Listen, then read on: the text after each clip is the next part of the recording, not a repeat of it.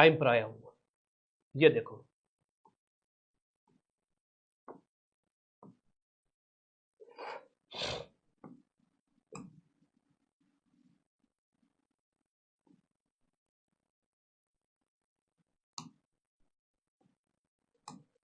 देखो थोड़ा ध्यान देना, ये शुष्क मरुस्थल है, शुष्क मरुस्थल।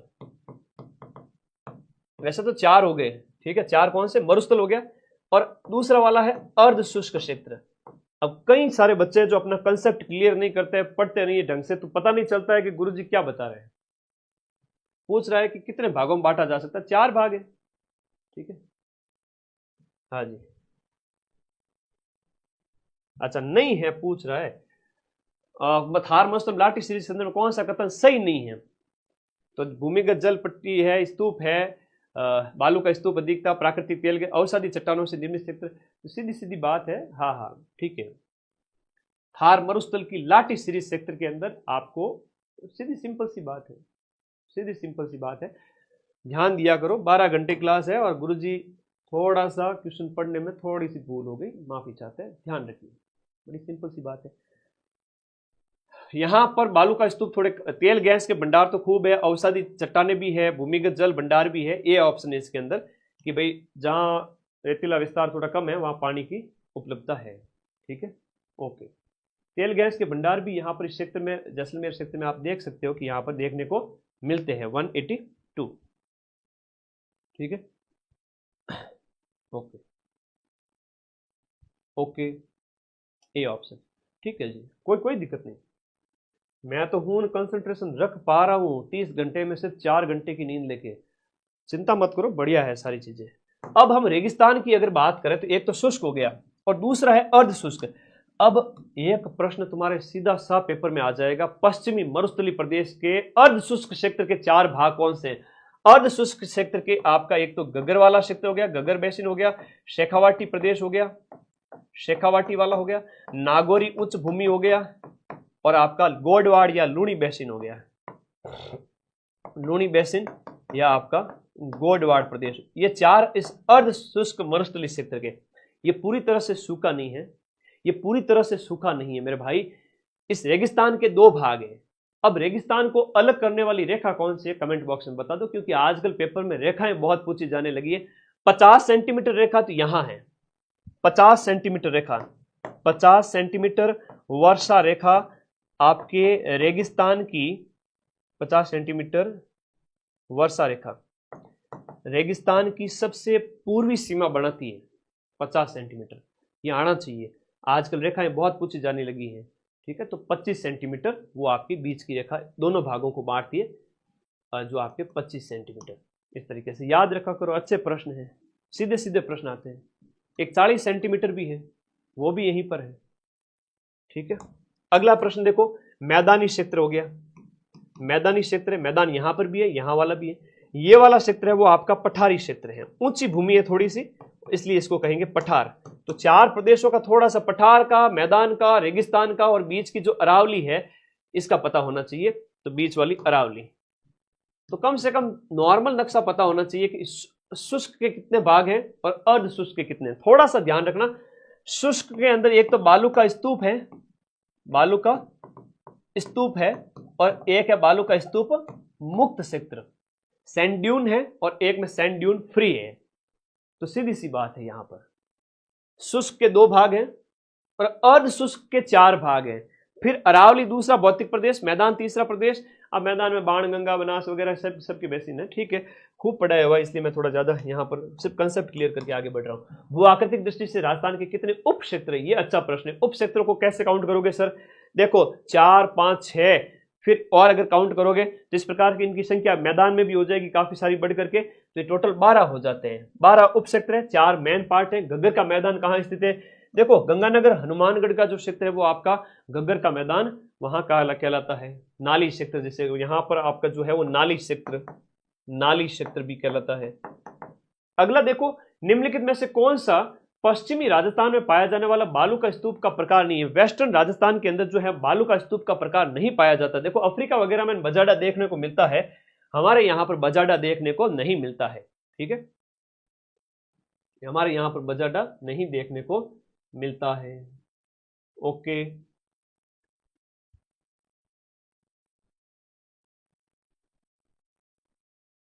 नॉर्थ, विश्व में किस गोलार्ध में स्थित है राजस्थान? राजस्थान तो एक तो आपके उत्तरी है और पूर्वी है, तो उत्तरी पूर्वी गोलार्ध होगा।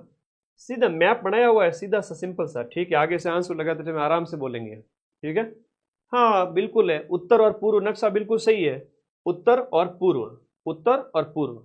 तो भाई मेरे से एक सी सीखो, नींद की कमी रखना मत, ठीक है ना। आगे आ जाओ, कोई कोई दिक्कत नहीं, आगे आ जाओ। बजाडा जो है वो रेगिस्तान का प्रकार यहाँ नहीं है। मैप बिल्कुल सही है ना, सिंपल सी बात है। 30 घंटे में से 4 घंटे नींद लेके कंसंट्रेशन के साथ मैटर तैयार करना, पैर ही दुखने लगे तो कल बैठ के मैंने खुद सारे क्वेश्चन कलेक्ट किए, एक एक क्वेश्चन, ठीक है ना। 80 क्वेश्चन मिलाने का जो वादा किया था, इसलिए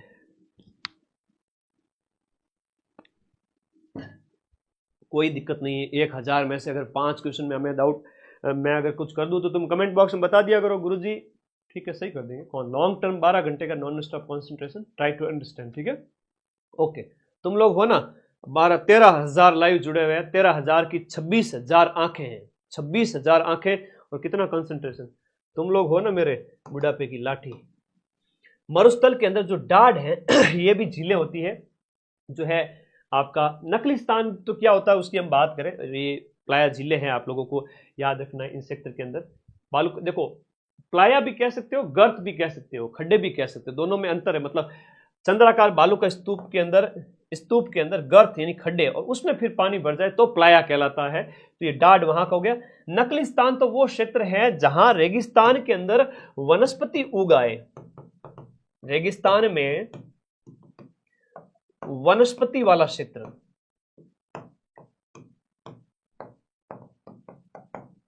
जहां हरी घास देखने को मिले, नकलिस्तान कहलाता है। समझ गए? Okay okay.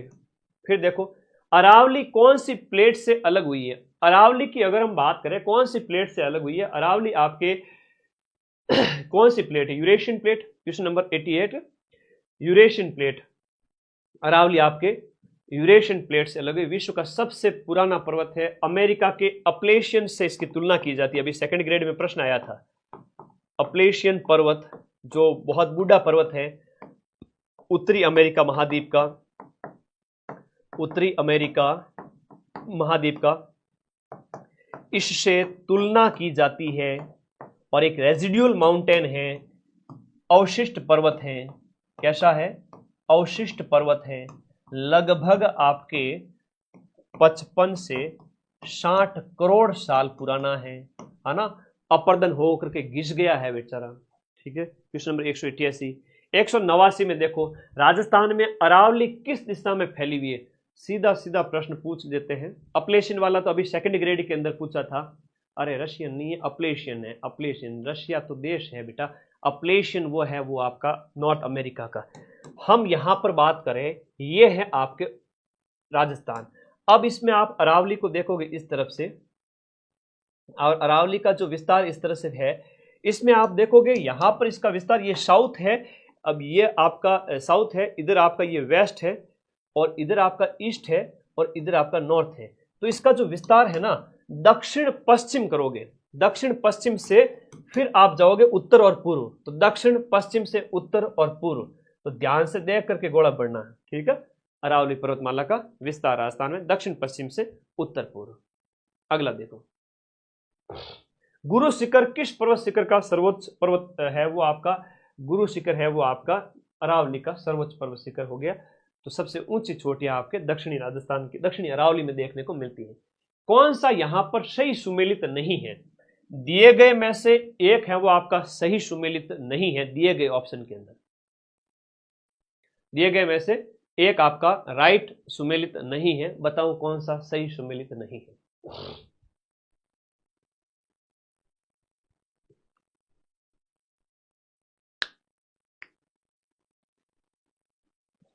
दिए गए में से आपका कौन सा सही सुमेलित नहीं है? भाकर की बात करें तो आपका पूर्वी सिरोही, गिरवा उदयपुर बेसिन का है। कांठल की बात करें चंबल बेसिन, और 56 की पहाड़ियां जालोर सिवाना बेसिन के अंदर। क्वेश्चन नंबर 191 के अंदर कांठल है वो आपका चंबल बेसिन नहीं है, माही का क्षेत्र है। कांठल आपके प्रतापगढ़ के अंदर आता है, और प्रतापगढ़ बांसवाड़ा, प्रतापगढ़ बांसवाड़ा, बांसवाड़ा का उत्तरी भाग प्रतापगढ़, और माही वाला क्षेत्र है ना। ये कौन सी नदी वाला हो जाएगा? माही नदी की वजह से कटाफटा जो क्षेत्र है वो आपका कांठल प्रदेश कहलाता है। माही, कांठल की गंगा भी कहते हैं इसे, माही नदी को। थोड़ा नाम याद रखिएगा, कांठल प्रतापगढ़ माही नदी से संबंधित हो जाएगा, ठीक है, माही नदी से संबंधित हो जाएगा। ओके, आगे बढ़ो, आगे आ जाओ। हो गया सारा सही, आगे आ जाओ।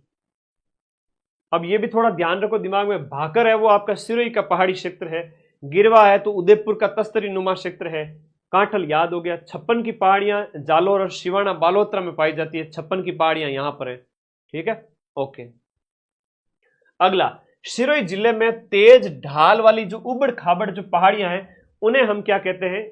जो आपका अभी जस्ट पड़ा भाग, ये आपका भाकर जो क्षेत्र है, भाकर क्षेत्र हो गया। बोराट वगैरह, ये गिरवा वगैरह, ये सब आपके उदयपुर साइड में, और थड़ी बीकानेर। किस जिले में आपका अरावली पर्वतमाला का सबसे कम विस्तार है? अरावली पर्वतमाला का सबसे कम विस्तार है आपका अजमेर क्षेत्र के अंदर, और सबसे जो हम बात करें इसकी ऊंची चोटी है वो आपकी कौन सी है? तारागढ़, तारागढ़, तारागढ़ सबसे ऊंची चोटी मध्य अरावली की। राजस्थान में उत्खात भूमि स्थलाकृति कहां दिखाई देती है? इसके बाद पॉलिटी के क्वेश्चन आएंगे, चिंता मत करो। पॉलिटी के क्वेश्चन बड़े खतरनाक लिए, 250 question Rajasthan polity, India polity, छोड़ूंगा कुछ भी नहीं पीछे। 10 में से 10 पॉलिटी के आज की इस क्लास से मिलेंगे। 40 क्वेश्चन राजस्थान हिस्ट्री कल्चर के, टोटल 50 का आंकड़ा है, 3 सब्जेक्ट का, 2-3 सब्जेक्ट है। राजस्थान के अंदर उत्खात भूमि स्थलाकृति कहां दिखाई दे? उत्खात का मतलब जो कटी फटी जमीन है ना, पहले प्रश्न को समझो।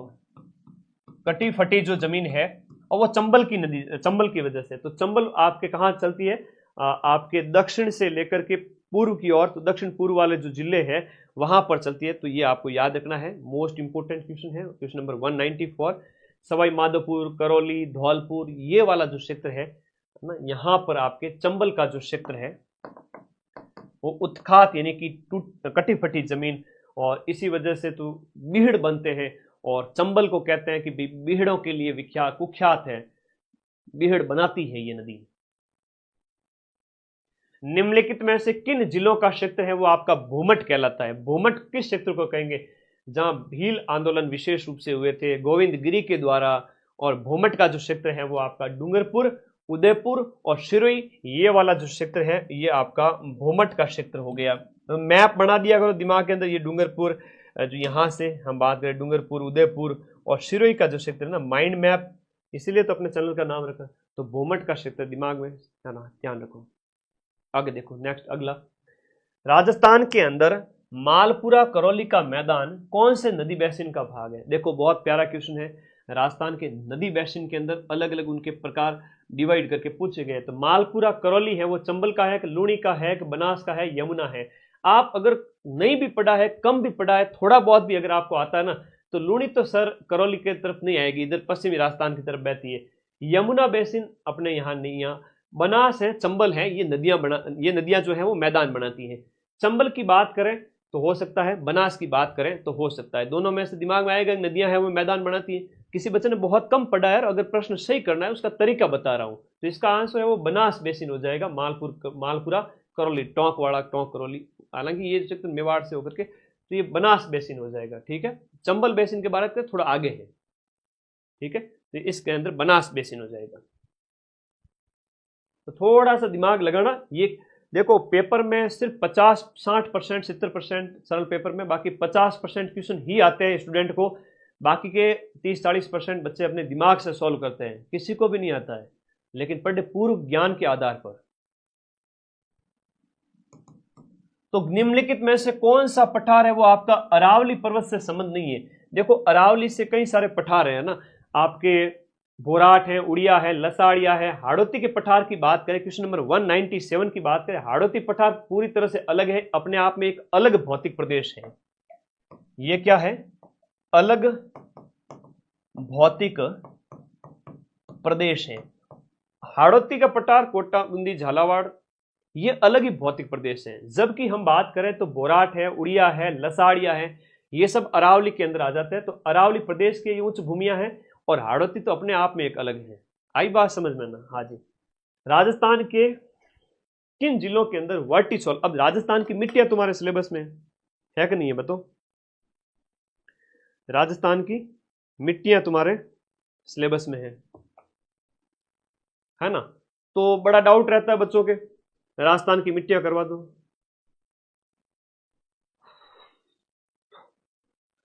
राजस्थान की मिट्टी, उसमें पूछ रहा है वर्टिसोल, और ये क्वेश्चन तो 20 में से छप गया तुम्हारे पेपर के अंदर, छप गया है। तो मेरे भाई आ जाओ, तुमको याद करा देता हूं मेरे प्यारे दोस्तों। देखो इधर वाली है ना एंटी होगी, एंटीसोल। फिर दूसरी वाली बीच वाली है वो एरिडी है, एंटी के बाद एरिडी, एरिडी के बाद हाड़ौती वाली जो है ना वो वर्टिसोल है, वर्टिसोल। और फिर इंसेप्टिसोल है और अल्फिसोल, दो और प्रकार हो जाते हैं। ठीक है, तो इस प्रकार से दिए गए में से 5 प्रकार है मिट्टियों के वैज्ञानिक वर्गीकरण। हाड़ौती जो क्षेत्र है ना, वर्टिसोल मिट्टी है, वो 12 कोटा के अंदर है, आपके 12 कोटा के अंदर। ठीक है, ये ध्यान रखा करो, बहुत इंपॉर्टेंट है। अगले प्रश्न के अंदर देखोगे तो इंसेप्टिसोल पूछा है, ये सिरोही पाली वाला हो गया, तो यहां पर होगी इंसेप्टिसोल, इंसेप्टिसोल। और फिर इधर हो गया आपके अल्फिसोल। आप पढ़ाई से प्यार कर लो, ठीक है, तो पता चल जाएगा कि नॉर्मल शब्दावली आती है पढ़ने वाले विद्यार्थी के लिए। तो ये वर्टी हाड़ौती वाली है, इंसेप्टिसोल हो गई, फिर उसके बाद में आपकी अल्फी हो गई, एरिडी अर्ध शुष्क क्षेत्र की हो गई, और शुष्क क्षेत्र है तो एंटीसोल है। तो ऐसे दिमाग में बिठा के रखो थोड़ा सा, है ना? कॉमन कंसेप्ट है और सीधे सीधे प्रश्न आते हैं, कॉमन कंसेप्ट है सीधे सीधे। आगे बात करो, सिरोही पाली और राजसमंद की बात हो रही है, मतलब इस इलाके की बात हो रही है। ये जो इलाका था ना, इसकी बात हो रही है, सिरोही पाली राजसमंद वाला, ये वाला जो इलाका है वहां इंसेप्टिसोल है, 199 के अंदर इंसेप्टिसोल है। एरिडी की बात करें अर्ध शुष्क क्षेत्र के अंदर। अब ये प्रश्न गलत नहीं होना चाहिए। लो भाई, एक प्रश्न तुम्हारी झोली के अंदर मां सरस्वती के आशीर्वाद से ये मिट्टियों के 5 प्रकार पूछेंगे, एंटी, जैसलमेर वगैरह एंटी, फिर एरिडी अर्ध शुष्क क्षेत्र के अंदर, फिर आएगी आपके इंसेप्टी है तो मेवाड़ वगैरह के अंदर हो गए, अल्फी है तो उधर वो मैदानी क्षेत्र कवर कर देना, वर्टी पूछे हाड़ौती क्षेत्र के अंदर वर्टी है, तो थोड़ा दिमाग में बिठा लो, पढ़ाई घनी दिमाग में जावे, घनी होरी होरी जावे, तो थोड़ा सा दिमाग में शांत रखो, जो होगा अच्छा होगा। तो यहां पर आवाज आ रही है? कोई दिक्कत थोड़ी है? सर आप बहुत थके लग रहे हो, 4 घंटे नींद लिए बेटा, क्या करूं? आवाज सही है ना? नींद 4 घंटे लिए बेटा।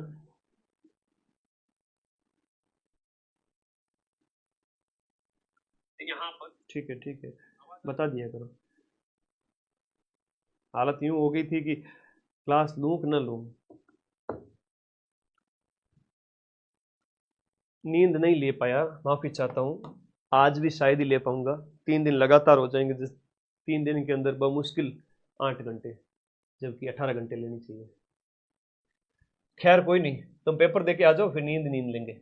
एरिडी समूह राजस्थान के किस प्रदेश में पाया जाता है? एरिडी समूह की हम बात करें, एरिडी समूह क्वेश्चन नंबर 200 के अंदर है, पश्चिमी राजस्थान के अंदर। और एंटी पूछे तो वो भी पश्चिमी राजस्थान के अंदर, लेकिन ठेठ पश्चिमी राजस्थान में एंटी है। थोड़ा अंदर की ओर जाओगे एरिडी है, अर्ध शुष्क के अंदर, अर्ध शुष्क का एरिडी है, अर्ध शुष्क का एरिडी है। अगला प्रश्न है कि राजस्थान के निम्नलिखित जिलों में से कौन सा आपका लाल रेतीली मिट्टी पाई? देखो ज्योग्राफी पूरी को नहीं पढ़नी है, ज्योग्राफी पूरी नहीं पढ़नी है, आपको वही क्वेश्चन पढ़ के जाना है जो पेपर में पूछे जाते हैं, 20 में से मैं बता दूंगा। आप देखो इसमें राजस्थान में किन जिलों में लाल रेतीली मिट्टी पाई जाती है? लाल रेतीली मिट्टी आपके कौन से जिलों में पाई जाती है? लाल रेतीली मिट्टी, मैं तो इसको एक मिशन के रूप में लेके चला था कि नौकरी लगाऊंगा इन बच्चों की, 50,000 की, मुझे बहुत खुशी मिलेगी, पूरे जीवन मुझे इस बात का वो है ना खुशी रहेगी कि मैं काम आया हूँ बच्चों की। नींद का क्या है, नींद बाद में ले लेंगे। ध्यान दीजिए आप यहाँ पर कि लाल रेतीली मिट्टी है वो कहाँ पाई जाती है। लाल रेतीली मिट्टी की बात करोगे, लाल रेतीली मिट्टी, रेतीली मिट्टी अपने वैसे भी पश्चिमी राजस्थान में जो पानी सोखती नहीं है, तो लाल रेतीली मिट्टी की बात करें तो आपके रेगिस्तानी क्षेत्र, और रेगिस्तानी क्षेत्र इस ऑप्शन के अंदर कौन सा है? लाल रेतीली मिट्टी, कोटा, बारा, झालावाड़, अजमेर या सिरोही या फिर आपका जोधपुर, चूरू, झुंझुनू।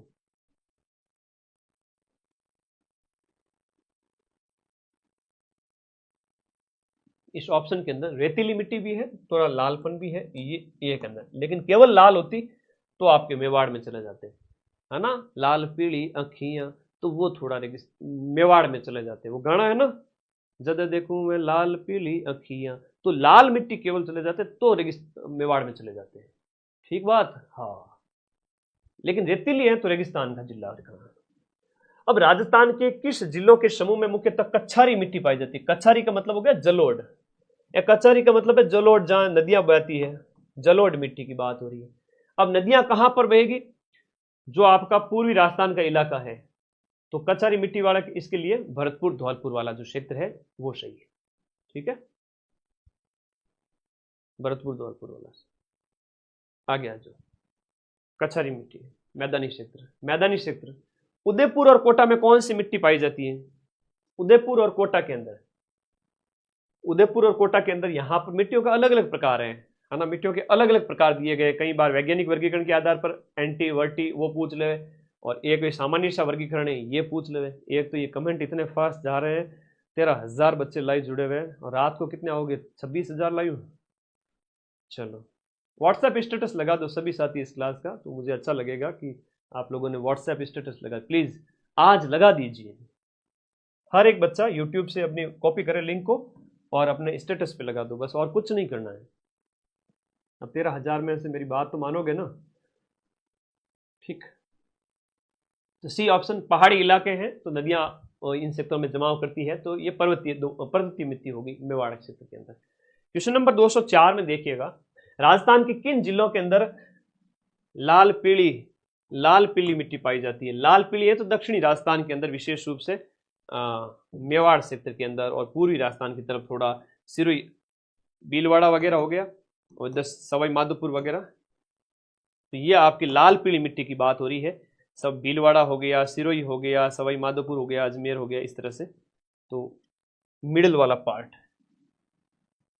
संरक्षित वनों के अंतर्गत सर्वाधिक क्षेत्रफल किसका था? अब उस समय 12 का था, बाकी वन रिपोर्ट टेलीग्राम ग्रुप में डाल दिए मैंने, वन रिपोर्ट वापस से डाल दूंगा।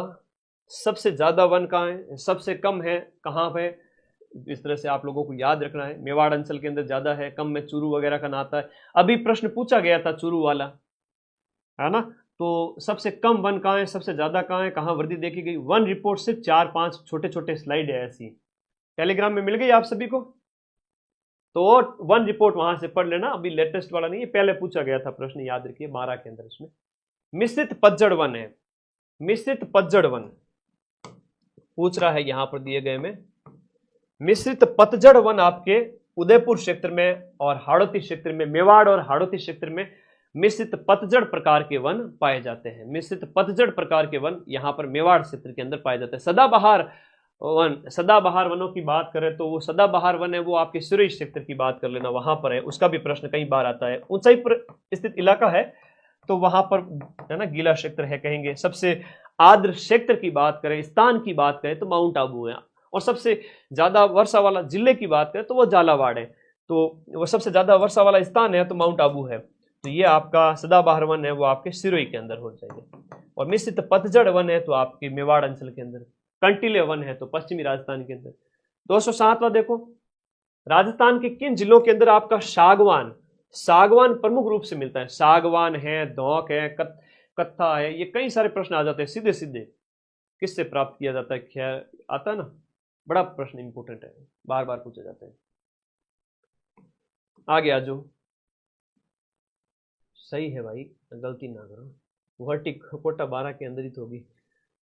सब सही है, इतना भी मैंने वो एकाग्रता भयंकर है, नींद कम लूं तो भी।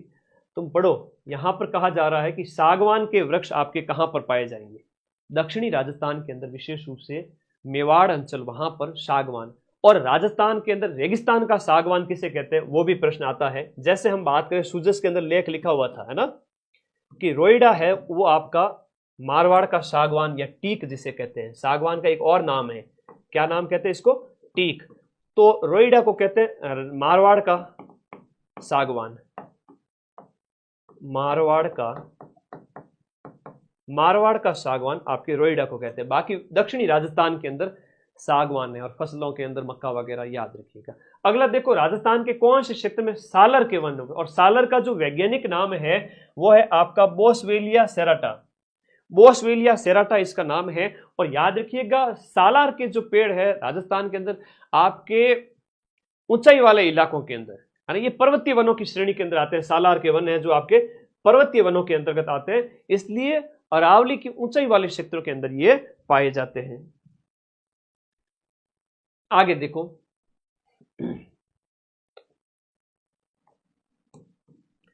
राजस्थान में पलास के वन कौन? बहुत इंपोर्टेंट है, मोस्ट इंपोर्टेंट है। सालार वाला तो अरावली का हो गया। अब पूछ रहा है पलास के पेड़ कहां पर पाए जाते हैं? फेवरेट क्वेश्चन है अधीनस्थ बोर्ड का।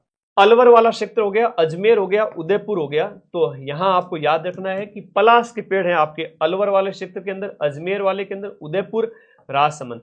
तो जो मिडिल वाला जो पार्ट है, बीच वाला, याद रखिएगा, अलवर, अजमेर, उदयपुर और राजसमंद, यहां पर पलास के पेड़ पाए जाते हैं। पलास के पेड़ पाए जाते हैं। ब्यूटिया मोनोस्पर्मा इसका वैज्ञानिक नाम है ना। जंगल की आग इसको कहते हैं। ऐसा लगता है कि जैसे जंगल में आग लग रही है, तो इसका ब्यूटिया मोनोस्पर्मा, ब्यूटिया मोनोस्पर्मा, जंगल की आग, पलास के पेड़, पलास के वनों को कहते हैं। धन्यवाद। खेजड़ी वनस्पति है वो आपके कौन से क्षेत्र का है? खेजड़ी है, फ्लेम ऑफ फॉरेस्ट, ठीक है, जंगल की आग।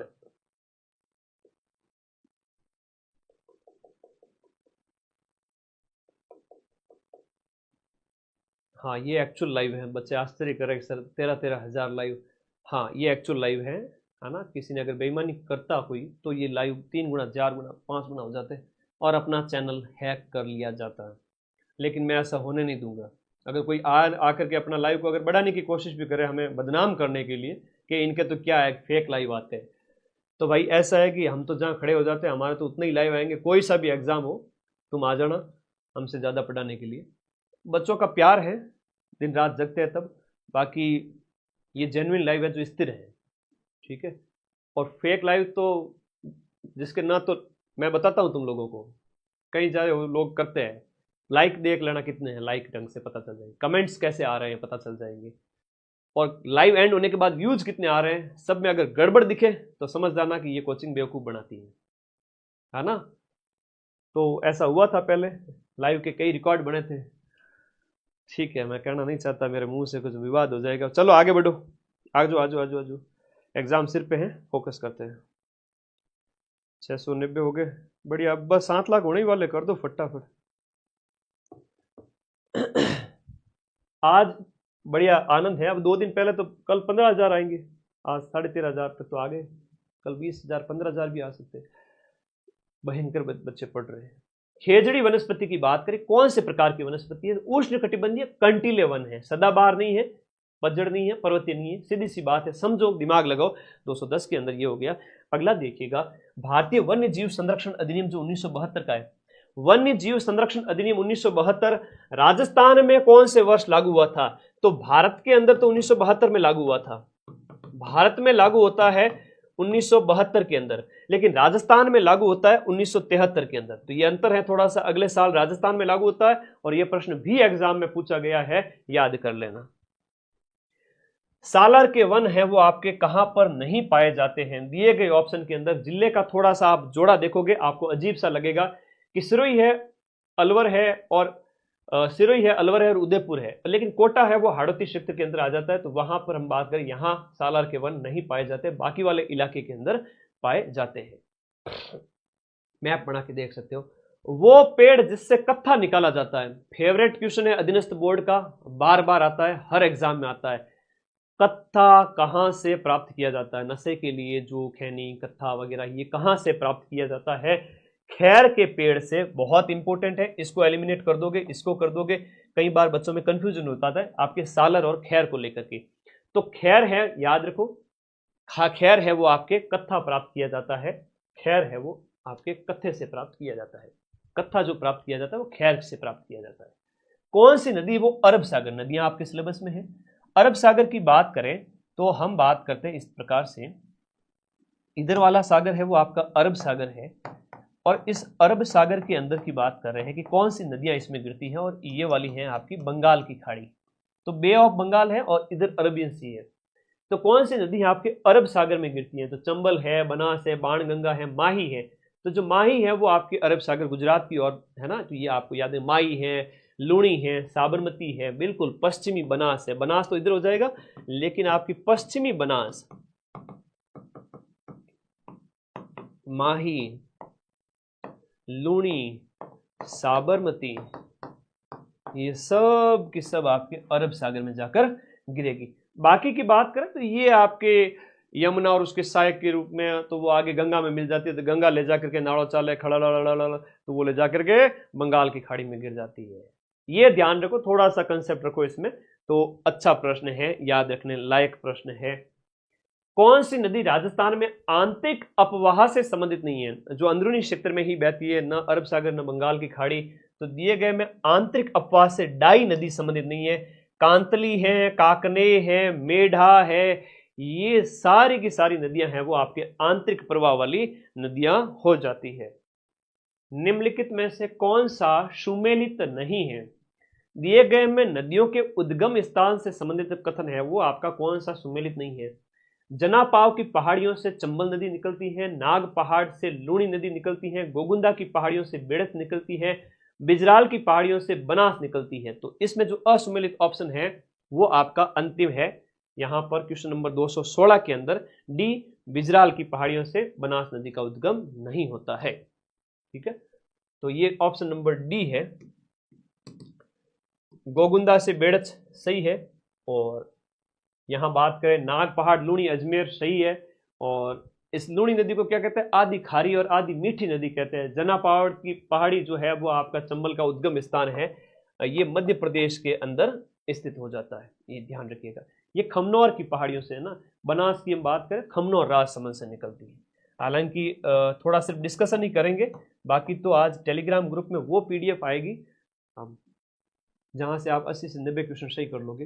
लास्ट की 3-4 पीडीएफ बस, वो बहुत इंपॉर्टेंट है, आज रात को ही मिल जाएगी।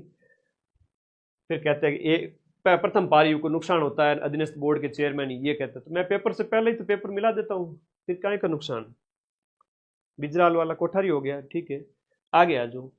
राजस्थान की निम्नलिखित में से कौन सी नदी सतह से थोड़े से बहाव के बाद रेत में गायब हो जाती है? तो रेत में गायब हो गई मतलब आंतरिक प्रवाह की नदी हो गई, रेत में गायब हो गई आप मतलब आंतरिक प्रवाह की नदी हो गई, अंदरूनी प्रवाह की नदी हो गई। दो क्वेश्चन नंबर आपका 217 के अंदर है। काकनी है, काकने है, मेढा है, तो ये आंतरिक प्रवाह की नदी है। ठीक है, ओके, आंतरिक प्रवाह की गायब हो जाती है। और लूणी वगैरह है, ये अपने अपने सहायक नदियां के रूप में भूमिका निभाती है बड़ी नदियों के साथ में। क्वेश्चन नंबर आपका जो 218 है, ये पूछ रहा है, देखो बनास एक बहुत इंपॉर्टेंट नदी है, बनास की सहायक नदियों के प्रश्न ज्यादा आ रहे हैं, याद रखिएगा। बताओ बनास के दाएं किनारे से कौन सी नदियां मिलती हैं? बनास के दाएं किनारे ये जो है आपके, बड़ा अच्छा प्रश्न अभी पूछा गया था, निम्नलिखित नदियों की निम्नलिखित विशेषताएं कौन सी नदी की है? इसका उद्गम है कुंभलगढ़ किले के पास में अरावली की पहाड़ियों से है। ठीक है, ये नदी मेवाड़ के मैदान के बीच से गुजरती है। एक ये हो गया पॉइंट, एक पॉइंट ये हो गया, एक पॉइंट ये हो गया। बेड़च इसकी सहायक नदी है, ये बनास के बारे में कहा जा रहा है, ए ऑप्शन इसके अंदर राइट है। और बेड़च की बात करें, इसके दाएं तट से मिलती है। ठीक है, दाएं तट से मतलब ऐसे, यहां इस तरफ से, तो बेड़च है वो, बेड़च कोठारी मोरेल, तो बेड़च है वो दाएं तट से होकर के मिलती है। सीधा सा प्रश्न है, अभी प्रश्न एग्जाम में पूछा था सेकंड ग्रेड में भी। तो दाएं तट से मिलने वाली नदी का नाम है आपके बेड़च, जो है बनास में जाकर मिलती है। तो बनास है वो आपको याद रखना है, मेवाड़ के मध्य से गुजरती है। बेड़च, मोरेल, कोठारी और खारी निम्न में से किसकी सहायक नदियां है? ये आपकी बनास की सहायक नदियां हैं। राजस्थान में जो चंबल नदी है उसकी सबसे बड़ी सहायक नदी, चंबल की सबसे बड़ी सहायक नदी आपकी कौन सी हो जाती है? बनास हो जाती है। बनास, जो बेड़च, बेड़च मिली बनास में, बनास गई आपके चंबल में। चंबल कहाँ गई? आगे जाकर के यमुना जी में मिल गई, और यमुना जी आपके जाकर के कहाँ मिल गए? गंगा जी में मिल गए। तो इस तरह से ये एक पानी जो है वो आपका कितनी नदियों से होते हुए अपनी छोटी छोटी सहायक नदियों से बाद में जाके गंगा में मिल जाता है, और वहां से जाते हुए आपका कहाँ जाता है? बंगाल की खाड़ी में जाकर गिरता है। तो आप ये कहोगे कि चंबल सीधी जल के, चंबल ये थोड़ी कहेगी कि मैं सीधी जाऊंगी बंगाल की खाड़ी में, नहीं, आपको इस बस में बैठना पड़ेगा गंगा वाली में।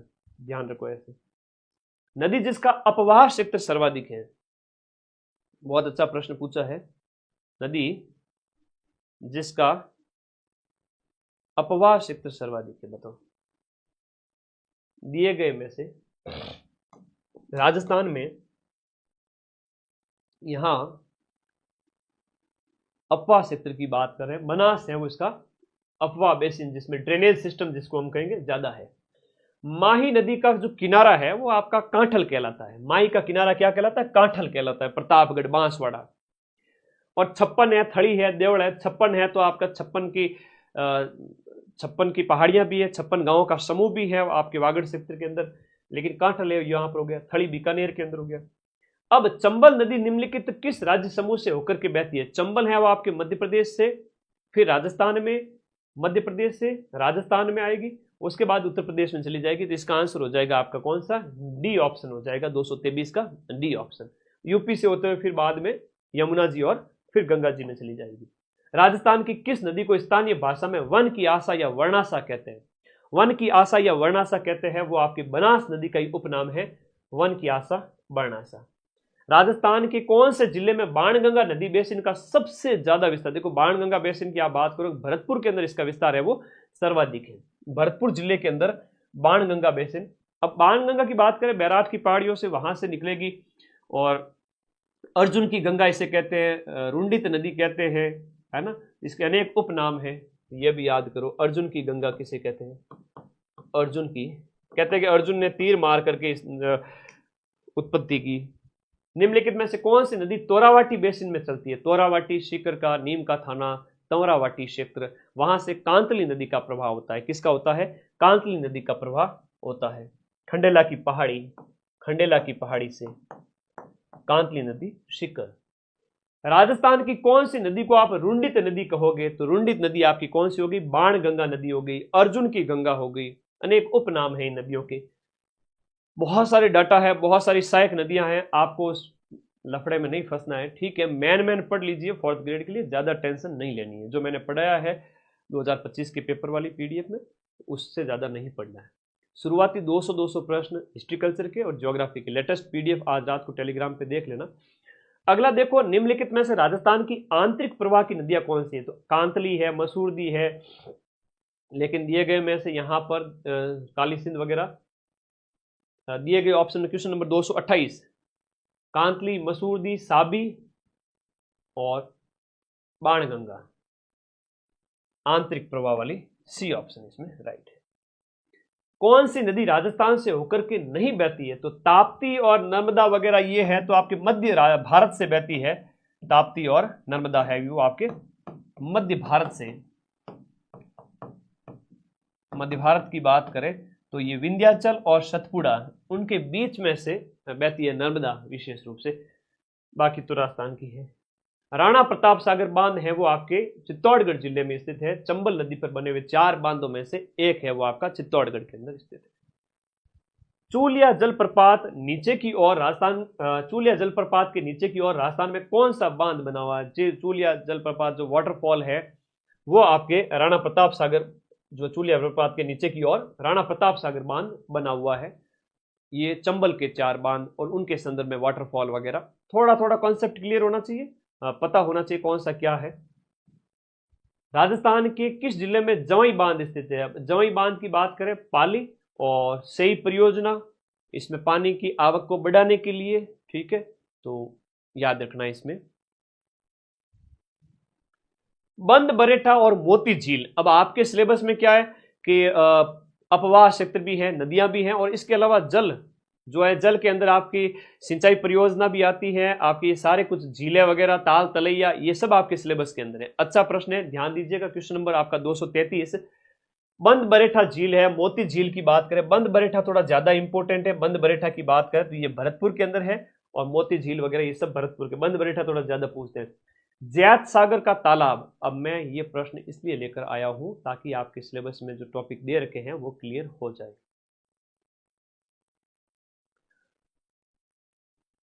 जैत सागर की बात करें तो ये आपका बूंदी के अंदर हो गया, जैत सागर बूंदी, जैत सागर तालाब बूंदी के अंदर स्थित हो गया। Question number 234।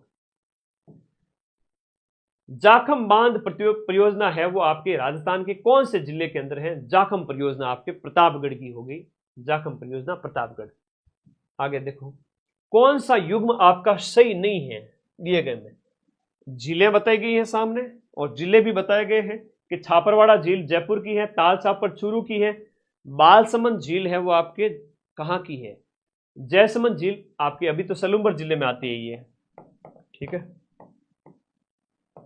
ये तो सलूम्बर जिले में आती है। बालसमंद की बात करें और इसके साथ साथ आपकी हम बात करें कायलाना की बात करें, ये दोनों की दोनों आपके कहां पर है? ये दोनों की दोनों आपके जोधपुर के अंदर हो जाए, ठीक है।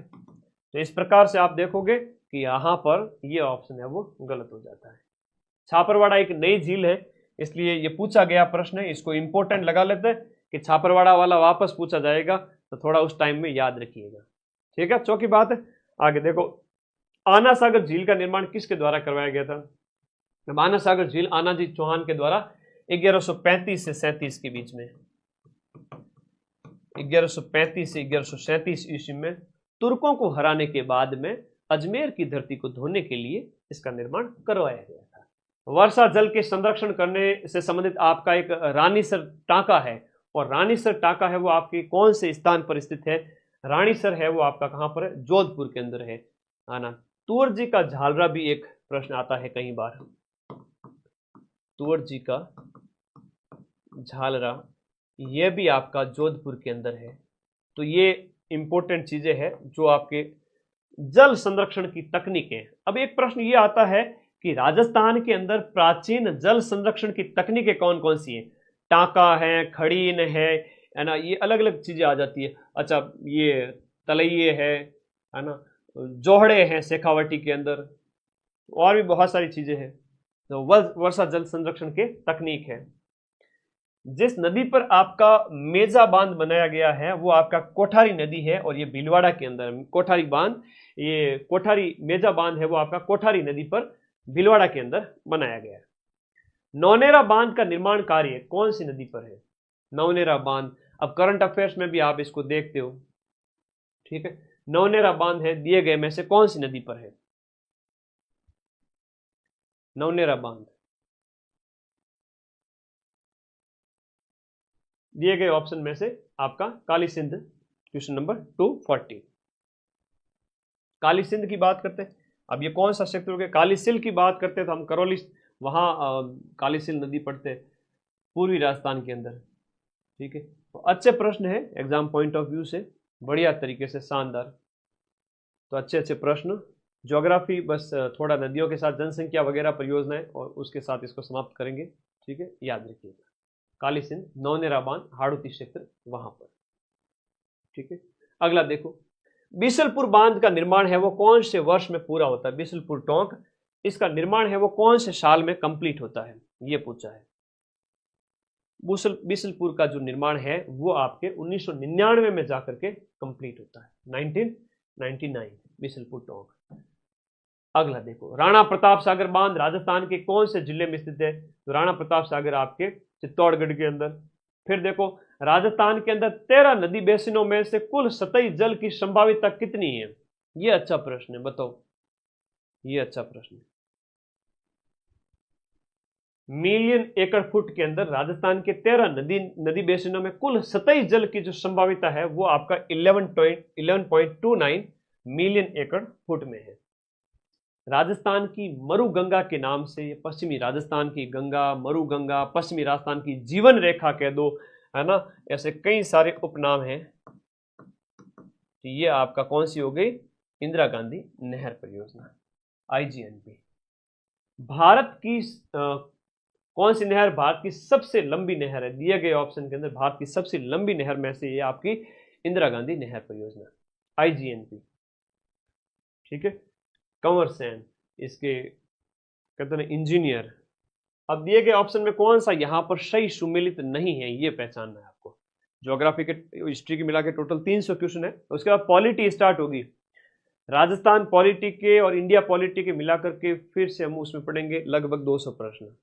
ठीक है, संविधान और राजस्थान की पॉलिटी। PDF आज रात को भेजूंगा, सारी PDF एक साथ ही। माही बजाज सागर परियोजना गुजरात और राजस्थान के बीच में, राणा प्रताप सागर परियोजना राजस्थान और पंजाब के बीच में। तो दिए गए ऑप्शन में आपका यहां पर सही सुमेलित नहीं है, मध्य प्रदेश के साथ में है, MP आएगा। ठीक है, मध्य प्रदेश आएगा।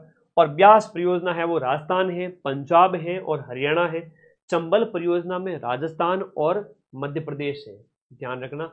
और गुजरात राजस्थान के अंदर माही बजाज सागर है, ये भी इंपॉर्टेंट है।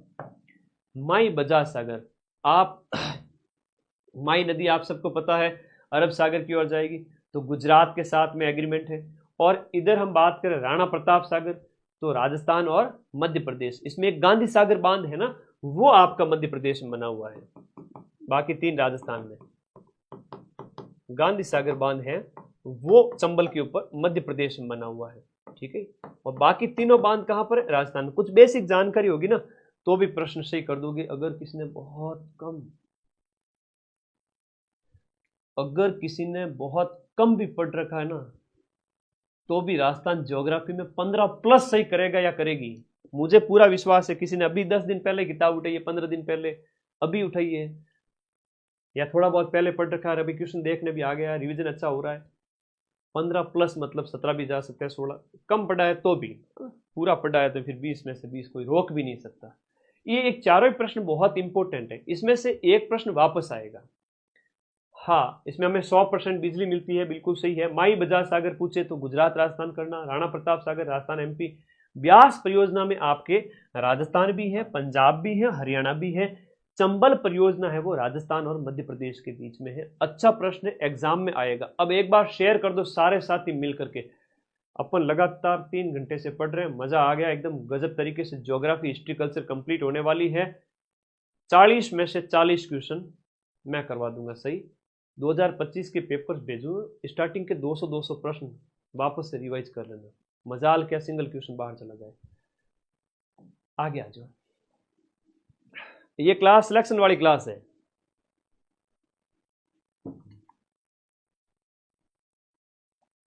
निम्न में से कौन राजस्थान में एक वर्षा जल संरक्षण की परंपरागत विधि है। देखो, परंपरागत विधि के अंदर क्या है कि टांके बना दिए जाते हैं हमारे बुजुर्गों के द्वारा। टांका है, जोहड़ा है ना, टांका हो गया, चाहे आपका जोहड़ा हो गया, नाडी हो गई, ऐसे कई सारी चीजें हैं। और 12 घंटे वाली जो क्लास है ना 2025 के ज्योग्राफी वाले पेपर, उसमें मैं पूरा लिखा था उसमें, क्योंकि सिर्फ ज्योग्राफी पढ़ानी थी 12 घंटे, तो यहाँ 12 सब्जेक्ट पढ़ाने हैं 12 घंटे में। इसलिए मैं कह रहा हूं कि शुरुआती 200 पेज, 200 प्रश्न हिस्ट्री कल्चर के, 200 प्रश्न ज्योग्राफी के, तुम्हारे पैर में कांटा ही नहीं बगेगा। तुम 40 में से 40 सही कर दोगे 2025 के पेपर देख करके। आज भेजूंगा मैं वापस वो PDF। तो भाई टांका है। क्वेश्चन नंबर 248 कह रहा है देखिएगा, जोधपुर में क्या है कि ऊपरी जलाशय या झील के भूमिगत रिसाव को एकत्रित करने वाली बावड़ियां, ऊंचाई पर कोई जलाशय है, झील के भूमिगत रिसाव है, उसको एकत्र करने वाली जो बावड़ियां हैं वो झालरे कहलाते हैं। और झालरे, उनमें एक आपका तूर जी का झालरा बड़ा फेमस है जोधपुर का, ये आपको याद रखना है, एग्जाम में आता है ना। बहू जी का झालरा जिसे कहते हैं, बहू जी का झालरा रानी जी के द्वारा बनाया गया, तूर जी का झालरा, इस तरह से याद करो। अगला प्रश्न, इसरदा बांध परियोजना किन जिलों में निर्मित किया गया। इसरदा बांध है वो कौन से जिलों में बनाया गया है। इसरदा परियोजना से आपके लाभान्वित टोंक और सवाई माधोपुर। राजस्थान का मैप का थोड़ा बहुत ज्ञान होना चाहिए, और नहीं है तो भी टोंक और सवाई माधोपुर ऐसे इस तरह से याद कर लो। निम्न में से कौन सा जिला है वो सिद्धमुख नौहर परियोजना से सिंचाई प्राप्त नहीं करता है? सिद्धमुख नौहर की बात करें, एक ऑप्शन अलग होगा, नौहर की बात हो रही है, इसका मतलब हनुमानगढ़ तो आएगा उसके अंदर। तो सिद्धमुख नौहर परियोजना के अंतर्गत कौन सा नहीं है? देखो ये तो दोनों भाई भाई हैं और भाई का पड़ोसी ये भी है, चूरू भी पास में ही है। अब राजस्थान का मैप पता नहीं है जिन बच्चों को, उनके लिए कह रहा हूं। तो बेटा देखो, एक तो आपके गंगानगर हनुमानगढ़ हो गया, चूरू हो गया, लेकिन ये बीकानेर का यहाँ क्या काम है? बीकानेर दूर पड़ गया, इसलिए ऑप्शन नंबर सी यहाँ पर राइट हो गया। 3 जिले हैं बिल्कुल पास में है, ठीक है, ये तीनों जिले बिल्कुल पास में, तो इससे लाभान्वित हो जाएंगे। थोड़ी चीजें, 4th ग्रेड ऑफिसर बनने जा रहे हो यार, सीधी सी बात है, नौकरी सीटें खूब पड़ी हैं, 2 गुना के लिए 1 लाख बच्चों के रिजल्ट आएंगे, 1 लाख बच्चों का रिजल्ट आएगा, उसमें आपका नाम आराम से डंके की चोट पे आएगा। लेकिन लास्ट में जो 54,000 है उनमें सिलेक्शन लेना है, तो फिर एक और कैंडिडेट को हराना पड़ेगा। तो उसके लिए कह रहा हूं गलती मत करना, छोटे छोटे प्रश्न है। हाँ, जाखम परियोजना पूछ रहा है, सोममाही जाखम जो है ना, जिनका संगम आपके नवा टापरा, डूंगरपुर, बेणेश्वर धाम में होता है, तो उन्हीं नदियों की बात हो रही है, मेवाड़ क्षेत्र वाले। जाखम परियोजना का राजस्थान के किन जिलों में, जाखम सिंचाई परियोजना राजस्थान के किन जिलों को सिंचाई की सुविधा प्रदान करती है? जाखम परियोजना ये आपके मेवाड़ क्षेत्र के अंदर, आपके विशेष रूप से उदयपुर, चित्तौड़ और प्रतापगढ़ क्षेत्र के अंदर, इसमें बाकी वाले जिले नहीं, ठीक है। उदयपुर, चित्तौड़ और ये प्रतापगढ़ विशेष रूप से जाखम बांध तो यहीं पर बना हुआ है। बात करें प्रतापगढ़ के अंदर आपका बना हुआ है जाखम बांध, और आज रात तो मैं खतरनाक दिमाग लगाने वाला हूं, ऐसे ऐसे आइडिया, बल्लू तुम्हारी जेल से फरार। आज रात को इतना खतरनाक दिमाग लगाऊंगा, कल पूरे दिन मार काट मचाऊंगा। तुम देखते जाओ मेरे प्यारे साथियों। आज तारीख अपनी 17, कल 18 का दिन देखना। आज रात को ही जलवा दिखा दूंगा।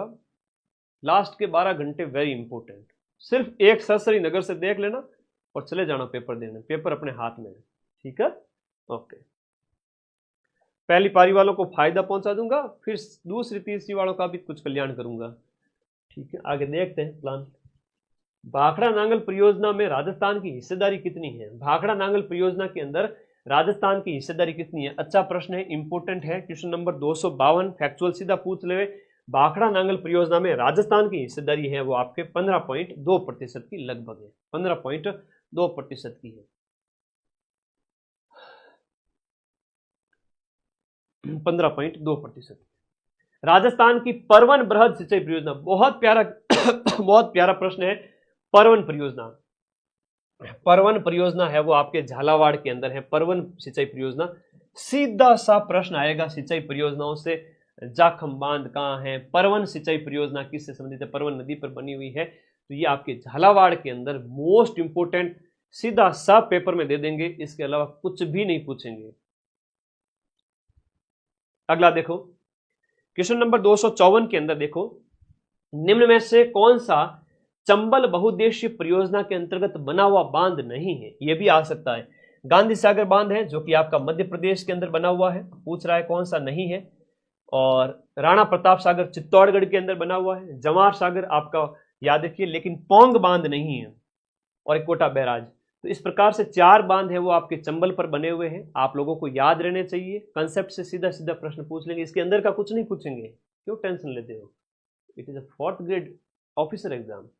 हाँ आगे देखो, निम्न में से कौन सी बहुउद्देशीय परियोजना राजस्थान और इसके साथ साथ गुजरात और मध्य प्रदेश का संयुक्त उपक्रम है? देखो दिमाग लगाओ, रुक जाओ भाई, इधर देखो,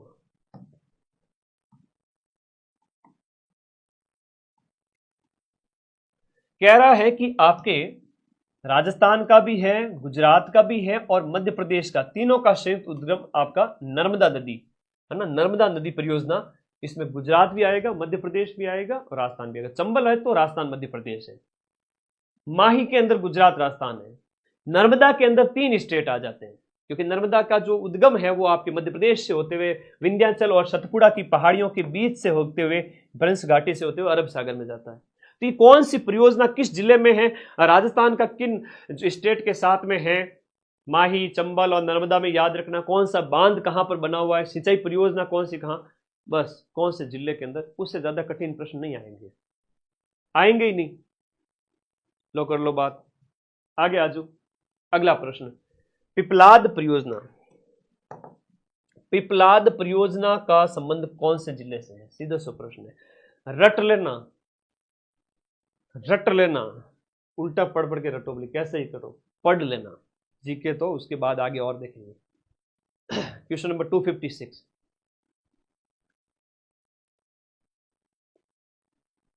पिपलाद परियोजना अजमेर, पाली, जोधपुर तो होगा नहीं, पिपलाद है वो आपके झालावाड़, परवन भी, पिपलाद भी, C option, B option, B. Bhikhabai Sagwara नहर, आजकल तो थोड़ा कम पूछा जाता है, 4-5 साल पहले थोड़ा ज्यादा पूछा जा रहा था। भीखाबाई सागवाड़ा नहर वो आपके डूंगरपुर के अंदर, और भीखाबाई सागवाड़ा विशेष रूप से याद करोगे डूंगरपुर के अंदर, भीखाबाई सागवाड़ा के नाम पर, सागवाड़ा डूंगरपुर की तहसील है। क्वेश्चन नंबर 257, और दक्षिणी राजस्थान है तो यहां पर आपके माही नदी कैसे उल्टे यू आकार की तरफ बहती है, उल्टे यू आकार की तरफ बहने वाली नदी आपकी माही नदी। ये माही नदी जो कर्क रेखा को 2 बार काटती है, कर्क रेखा को 2 बार काटती है। अब मैं आपसे पूछ रहा हूं कि भाई कर्क रेखा को 2 बार काटने वाली नदी कौन सी है। अब दिमाग थोड़ा खुला रखो, एकाग्रता रखो, प्रश्न आएगा एग्जाम में। भीखाबाई सागवाड़ा नहर है तो वो आपके डूंगरपुर के अंदर, और माई नदी याद रहेगा इससे संबंधित प्रश्न। अगला देखो कि कोपेन के अनुसार राजस्थान में कौन सा जलवायु प्रकार है, वो आपके मरुस्थलीय क्षेत्र की जलवायु दिखाता है। देखो कोपेन ने भी जलवायु वर्गीकरण जो दिया है उसके अंदर कोपेन ने एक तो लास्ट वाला जो है ना BWHW दिया है, BWHW,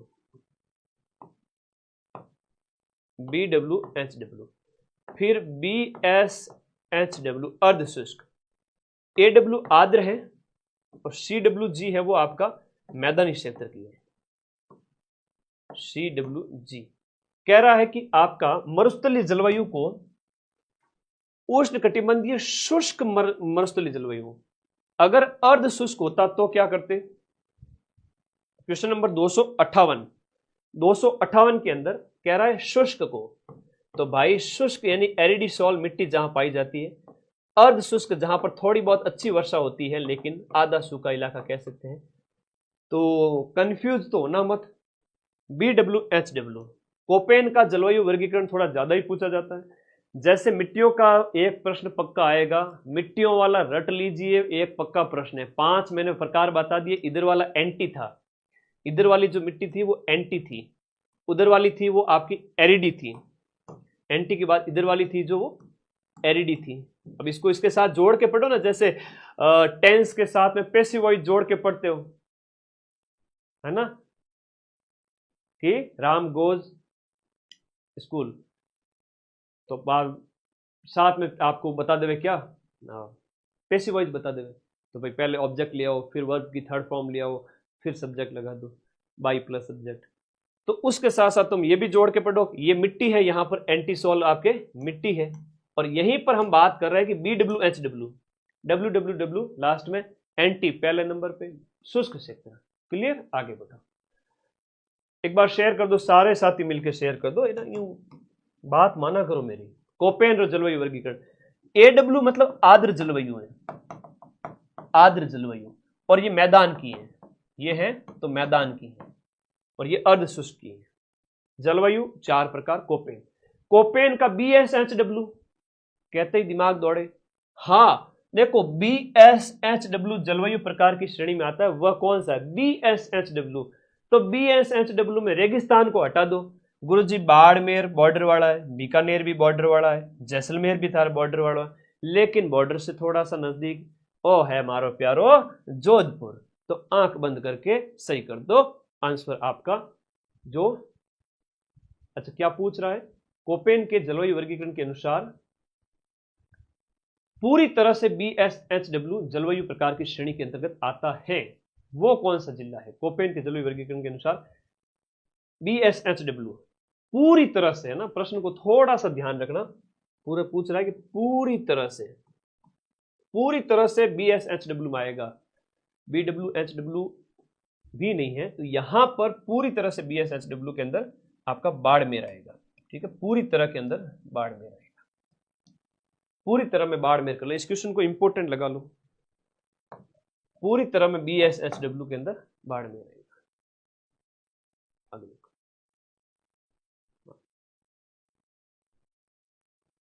देखो आना तो चाहिए मैप के अकॉर्डिंग, तो हम यही कह रहे हैं कि भी जोधपुर होना चाहिए इसमें ऑप्शन के अकॉर्डिंग तो।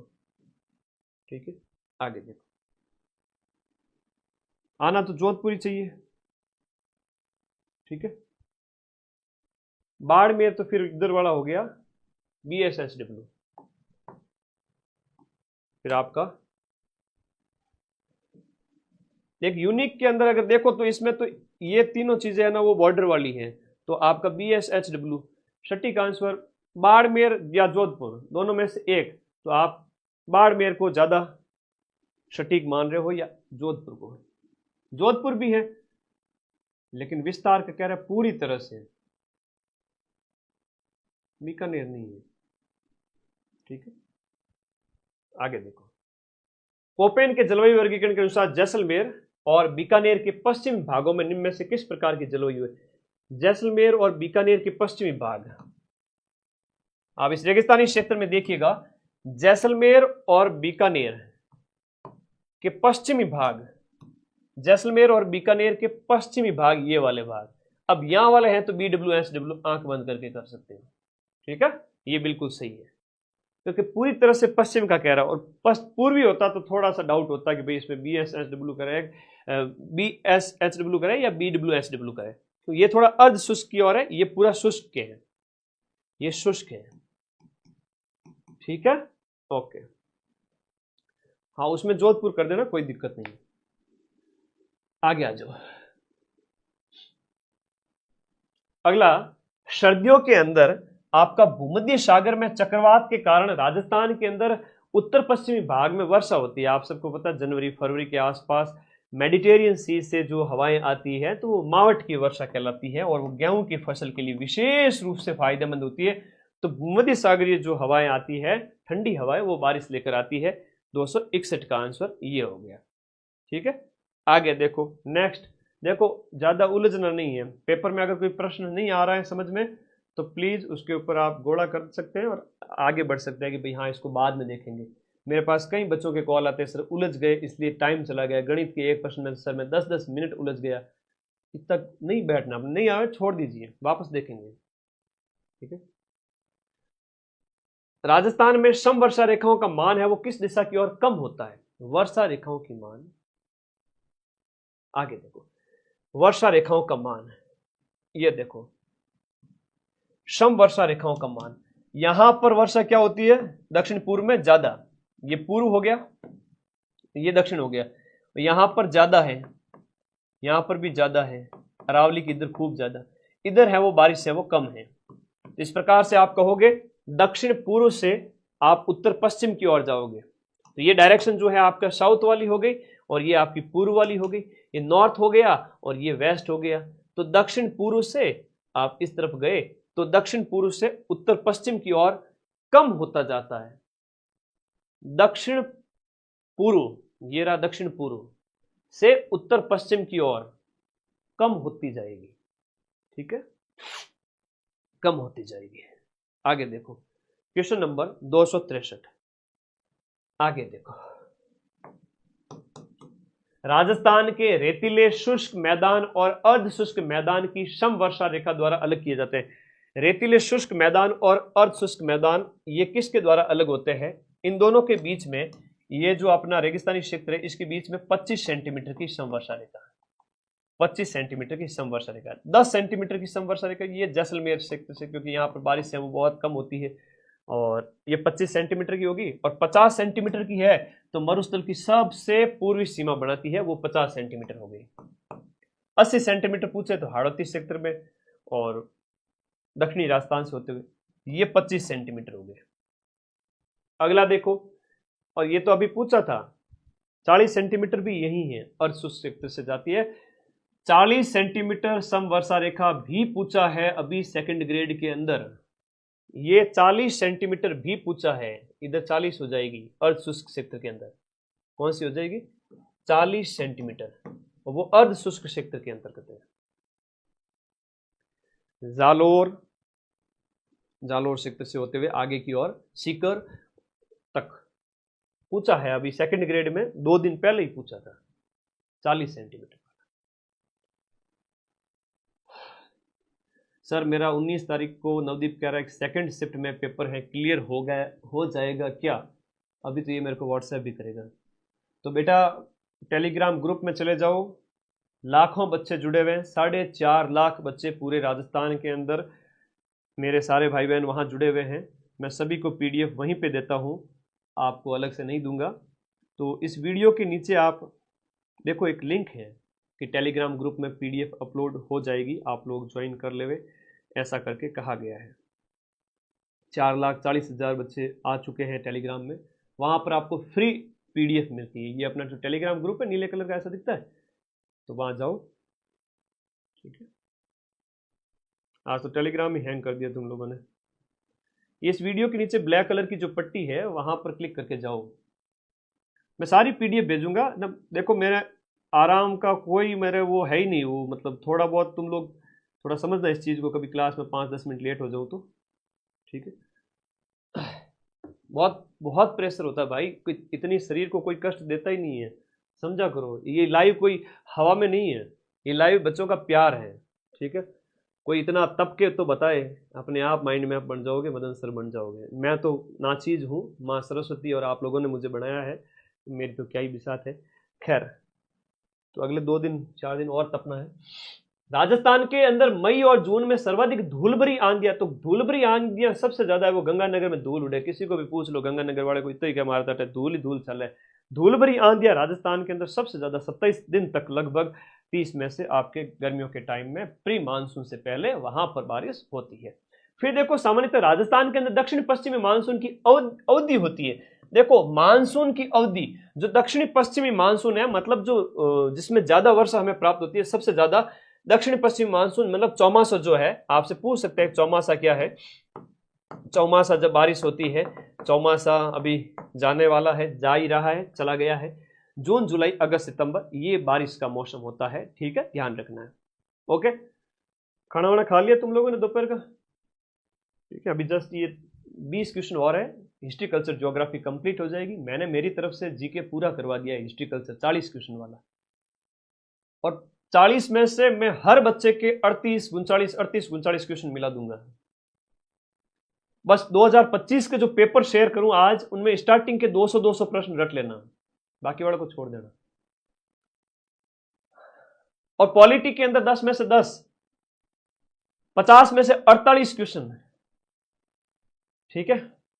अब गुरु जी आपका स्वास्थ्य ठीक नहीं लगता, अरे बस 2 दिन बख्श दो, दिन रात एक करने दो, थोड़ा बहुत लगेगा तुम्हें गुरुजी थोड़ा सा क्या हो रहा है इनके साथ, वो नींद की कमी वगैरह सब उन सब से हो जाता है। लेकिन तुम लोग बेफिक्र हो, तुम नींद की कमी मत करना, कुछ भी हो जाए।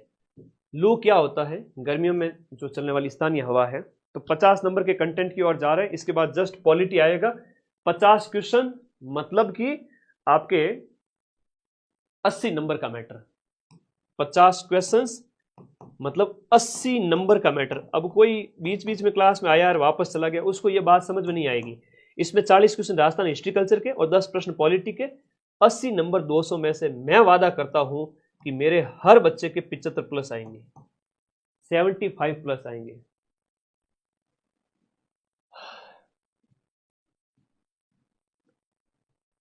उसके बाद आगे की रणनीति 2 घंटे बाद में बताऊंगा, ठीक है। कंप्यूटर साइंस हिंदी वो मिला दो तो ये आंकड़ा 100 से भी ऊपर नंबर चला जाएगा, 110-20 नंबर तक। फिर अंग्रेजी और गणित का थोड़ा अभ्यास करेंगे, 130 प्लस नंबर चले जाएंगे, ठीक है। हाँ, कर दो एक बार शेयर कर दो, सारे साथी मिलकर शेयर कर दो। ये 50 क्वेश्चन जो है वो आपका राजस्थान जीके के हैं, राजस्थान जीके प्लस पॉलिटी। अगले 2-3 घंटे इन्हीं के ऊपर और फोकस करने वाले हैं मेरे भाई। 80 में से 75 लाने हैं, लाने हैं मतलब लाने हैं, और हर बच्चा लेके आएगा, डंके की चोट पे लेके आएगा। कह दीजिए एग्जाम से कि मिट जाऊं तेरी धमक से मैं वो साज नहीं, और छोड़ दूं डर के मैदान मैं वो बाज नहीं। 75 नंबर 80 में से लाएंगे। सीधे सीधे प्रश्न आएंगे, इंडिया पॉलिटी के तो सीधे सीधे प्रश्न है, अभी मैं बताऊंगा वही आएंगे। और इससे अलावा अगर प्रश्न आ जाए ना तो मेरे से पढ़ना मत दोबारा कभी, चैनल को अनसब्सक्राइब करके चले जाना कि सर आपने कहा था और प्रश्न मिले नहीं, हम आपके चैनल को अनसब्सक्राइब करके जा रहे हैं। ठीक है, तो कर दीजिएगा, पढ़ना ही मत मेरे पास दोबारा, वरना दोबारा कभी कहीं और मत पढ़ना। मैं मिलाऊंगा आपके इन 50 में से 48 क्वेश्चन हर बच्चे के मिले, मुझे पूरा कॉन्फिडेंस है कि 50 में से 48, 45, 47 जिसने जितनी साधना की है मां सरस्वती की उतने क्वेश्चन मिलाऊंगा। तो आगे चले पॉलिटी की ओर, थोड़ा ज्योग्राफी कंप्लीट करके। हाउस द जोश, जोश कम तो नहीं हुआ ना? ओके, और मेरे तो चलो कोई नहीं, इतनी मेहनत चलती है, तुम लोग नींद पूरी लेना, मैं मेहनत करूंगा तुम्हारे। तो भाई ये याद रखना, ठीक है, ये टारगेट पूरा करना है। अभी तो बजी है 3:30 हुई है ना, 4:30, 5:30, और 6 बजे से पहले पहले पॉलिटी बढ़िया तरीके से पढ़ लेंगे। 6 बजे से लेकर रात के 12 बजे तक अगले सब्जेक्ट्स आएंगे, जिसमें आएगा आपका Hindi, science, computer, current affairs, और रात को लास्ट में गणित। मेरे को इतनी खुशी है कि सुबह सुबह मैंने जब गणित का अभ्यास किया, कल भी किया था, तो मैंने कहा यार बड़ा शानदार गणित का तो है ना, मेरा शागिर्द है महिपाल, तो मैंने उसके साथ डिस्कशन किया, तो बोला मैंने कि भाई यार गणित तो वो गणित में तेज़ है, कभी महिपाल की क्लास लगाऊंगा, बहुत सिंसियर मैनेजमेंट संभालते हैं, तो महिपाल जी की क्लास कभी लगाएंगे आपके। तो क्या सर आप बहुत सिंपल क्वेश्चन है, तो बहुत मज़ा आया, मैं अभ्यास करके आ चुका हूँ, आज कराऊंगा तुम लोगों को। अरे मुझे गणित नहीं आती है, मैं आपको बता दूंगा कि परसेंटेज कैसे निकालते हैं, मैं आपको बता दूंगा कि औसत कैसे निकालते हैं, लाभ कैसे निकालते हैं, हानि कैसे निकालते हैं। 10% इतने मतलब कि कम में खरीद के इतने में बेचा, उसमें कितनी प्रतिशत लाभ हुआ, हानि कैसे हुई, उसका फॉर्मूले बता दूंगा। मैं तुम्हारे लिए गणित कम से कम 4-5 घंटे मिला के आया हूं। चलो आ जाओ। ऐसे होता है सिलेक्शन, है ना बच्चों का, एक टीचर जब इतने सब्जेक्ट के लिए पीछे पड़ता है, ऐसा लगता है जैसे कि खुद का एग्जाम होता है ना, उस टाइप से। चलो भाई, राजस्थान में शुष्कतम जिला कौन सा है? जब बच्चा सारे सब्जेक्ट पढ़ के एग्जाम देने जा सकता है तो हम क्यों नहीं पढ़ा सकेंगे, आपको सारा पढ़ाएंगे। आ जाओ।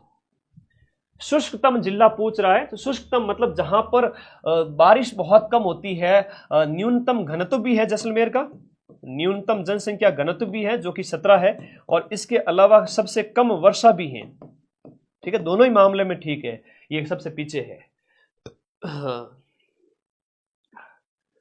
कौन सा जिला है वो आपका न्यूनतम औसत वार्षिक वर्षा प्राप्त करता है? सबसे कम औसत वार्षिक वर्षा जैसलमेर दिया हुआ नहीं है, तो आप उदयपुर, नागौर, चित्तौड़ और दौसा। अच्छा प्रश्न पूछा है, क्वेश्चन नंबर 268। आप देखोगे कि आपको डाउट लगेगा, जिंदगी में एक फॉर्मूला बताता हूं एग्जाम पास करने का, first thought is always right.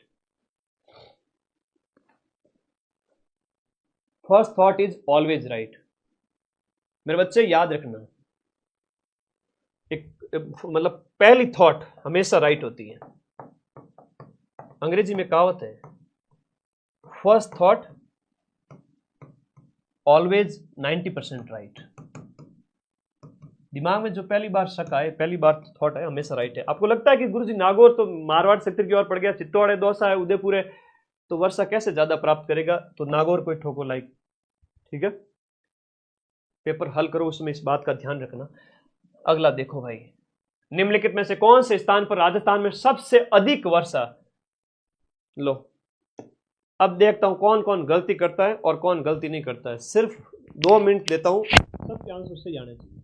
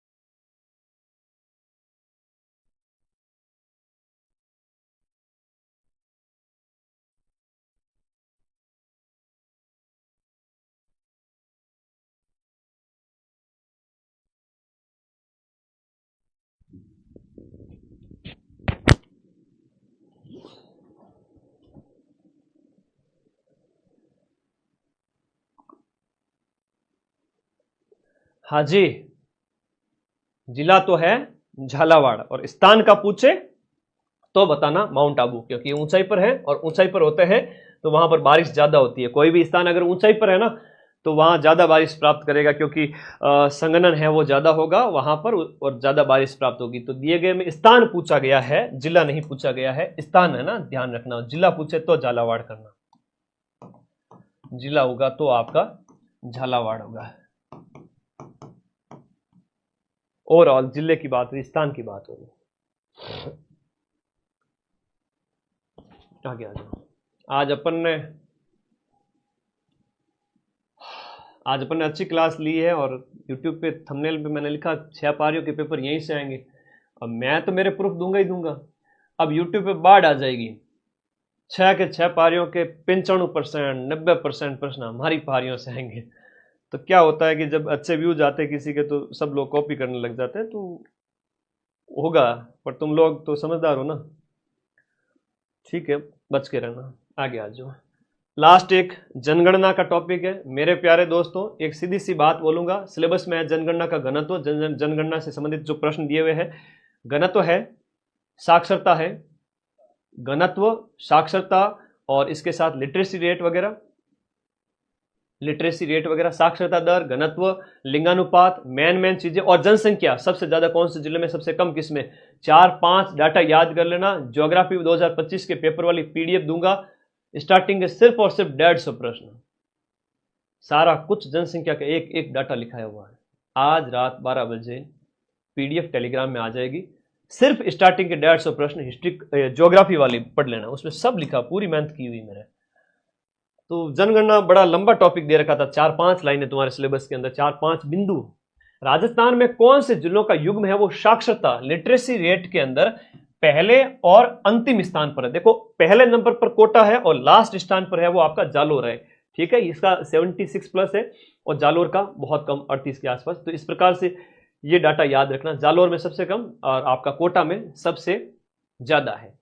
बस नॉर्मली पूछेंगे कि लिटरेसी सबसे ज्यादा कहाँ, कम कहाँ, लिंगानुपात सबसे ज्यादा कहाँ, जैसे डूंगरपुर के अंदर, फिर राजसमंद, प्रतापगढ़, ऐसे याद करो। सबसे ज्यादा कहाँ, सबसे कम कहाँ, मेन चीज है, ठीक है, ओके। अगला देखिएगा, 2011 की जनगणना के अनुसार राजस्थान के निम्न में से किस जिले का जनसंख्या का जो घनत्व है ना, कौन से जिले का जनसंख्या घनत्व पूछ रहा है, वो सेकंड स्थान पर है। देखो, पहले सेकंड स्थान की बात करें, 200 क्वेश्चन नंबर 271 है, वो आपका सेकंड स्थान पर पूछा है। जयपुर है, उसके बाद में आपका भरतपुर है। ये 500+ वाली कैटेगरी के अंदर आ जाते हैं। 500+ वाले जिले जितने हैं, हाँ, ये प्रश्न आते हैं। तो 500+ में 2 है, तो इस प्रकार से याद रखिएगा।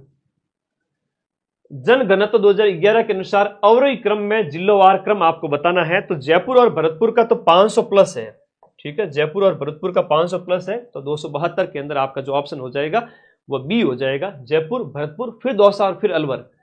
500+ में आपका 2 ही आएगा, जयपुर और भरतपुर का। अगला देखिएगा, कौन से जिले में जनसंख्या का घनत्व सबसे कम पाया जाता है। तो जैसलमेर में ये 17 पाया जाता है, जो सबसे कम है। यहां पर लोग दूर दूर रहते हैं, ढाणियां हैं, इस वजह से आप लोगों को ये याद रखना है। और लेटेस्ट जनगणना का डाटा है वो 2027 में आएगा, 21 वाले का। 2011 की जनगणना के अनुसार राजस्थान के संबंध में कौन सा सही सुमेलित है। देखो, धार्मिक आंकड़े जनगणना से संबंधित यहां पर आपसे दिए गए हैं, पूछे जा रहे हैं क्वेश्चन नंबर 274 के अंदर। तो दिए गए में आपका सही सुमेलित है वो सिख वाला, यहां पर 1.27 है वो सही सुमेलित किया गया है। सबसे कम दशकीय वृद्धि दर, 10 साल की सबसे कम जो ग्रोथ रेट है वो आपसे पूछी जाइए। सबसे कम दशकीय वृद्धि दर आपके कौन से जिले के अंदर देखने को मिलेगी।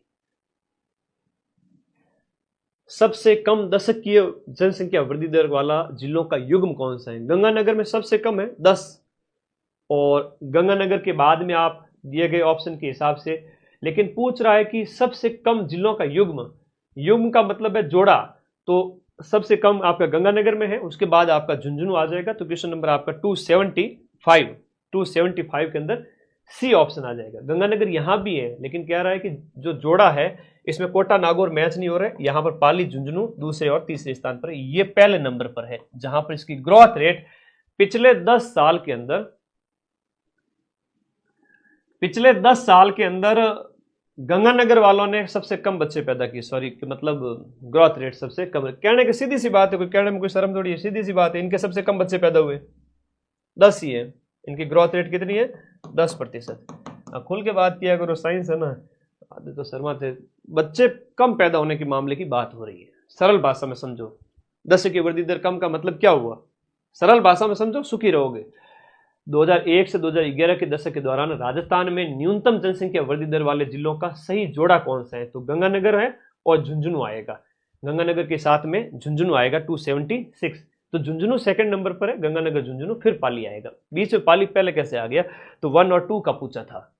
जनगणना 2011 के अनुसार निम्नलिखित जिलों में लिंगानुपात के आधार पर अवरोही क्रम का चयन करना है। अब तुम लखनऊ के लाडो को थोड़ा सा समझना पड़ेगा, अवरोही क्रम का मतलब क्या होता है।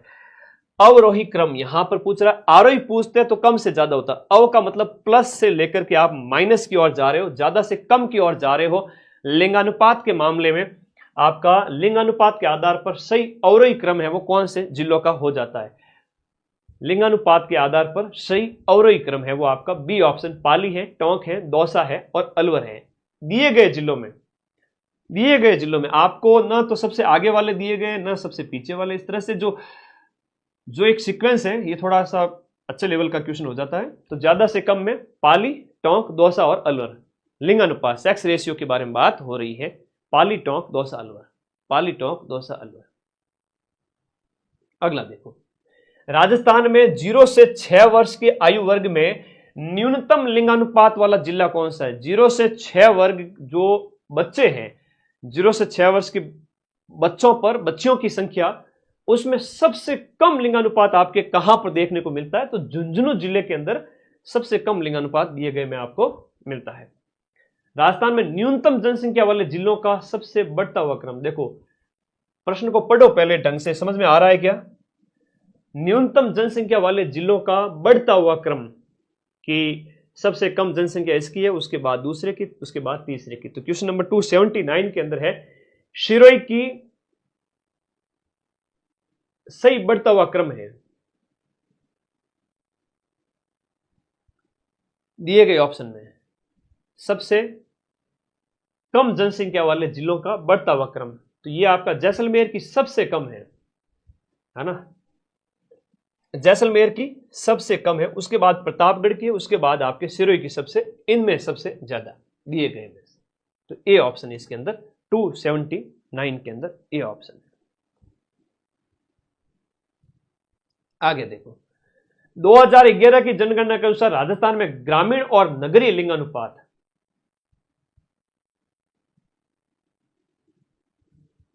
अच्छा ग्रामीण अनुपात कितना है, नगरीय लिंगानुपात कितना है, पूछ रहा है कि ग्रामीण लिंगानुपात कितना है और नगरीय लिंगानुपात कितना है। 2011 की जनगणना के अनुसार गांव के अंदर पुरुषों की संख्या के ऊपर प्रति हजार महिलाओं की संख्या कितनी है और नगरों में कितनी है, ये आपसे पूछ रहा है क्वेश्चन नंबर 280 के अंदर।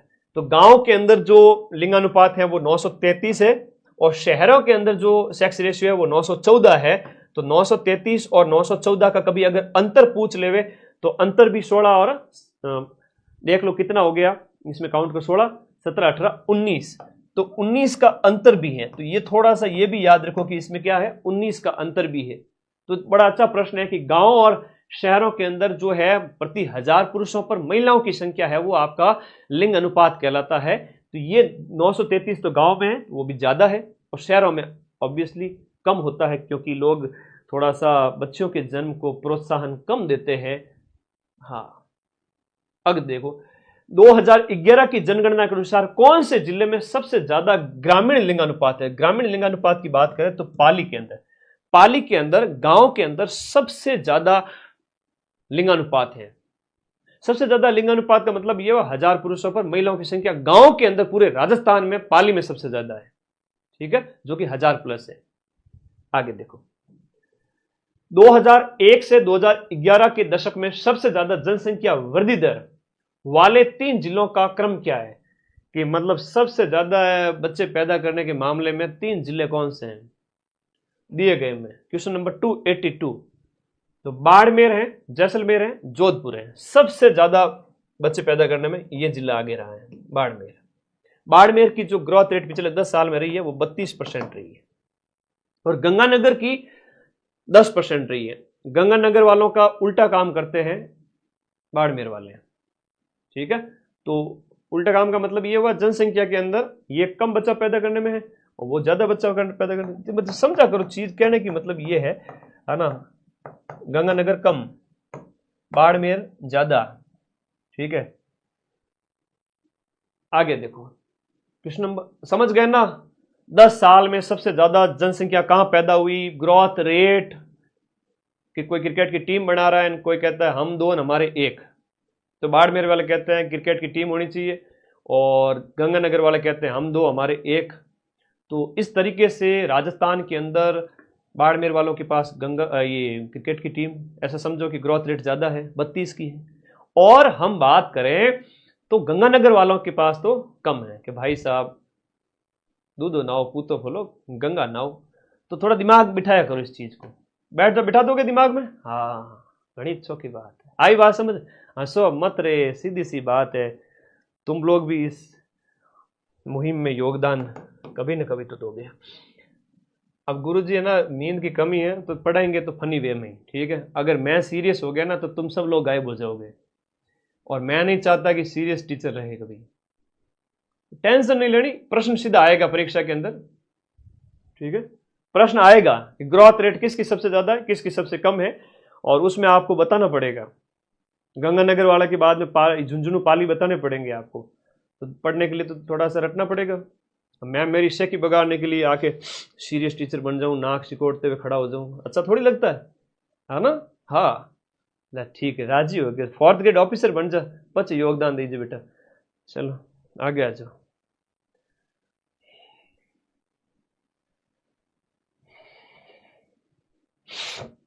आगे आ जाओ भाई। 2011 की जनगणना के अनुसार राजस्थान का वह जिला जहां शहरी जनसंख्या राज्य के, राजस्थान में सबसे ज्यादा शहरी जनसंख्या कौन से जिले में, बताओ। अब नींद की कमी होगी तो फिर दिमाग तो, तुम लोग है ना अगले 4-5 दिन है ना थोड़ा आराम से रहा करो, मेरे को उकसाना मत, बस और कुछ नहीं, समझा करो यार, कोई इतना कौन करता है। न्यूनतम जनसंख्या वाले जिलों का बढ़ता हुआ क्रम है, बढ़ता क्रम है। अब देखो इस तरफ से, इसमें क्या है कि ये कहा है कि जैसलमेर की कम है और फिर प्रतापगढ़ की ज्यादा, ऐसे कह सकते हो आप। और यहां ये भी कह सकते हो कि आपका, हालांकि प्रतापगढ़ दूसरे नंबर पे आएगा, इसलिए ये सही है, ठीक है ना। छोड़ो आगे आ जाओ।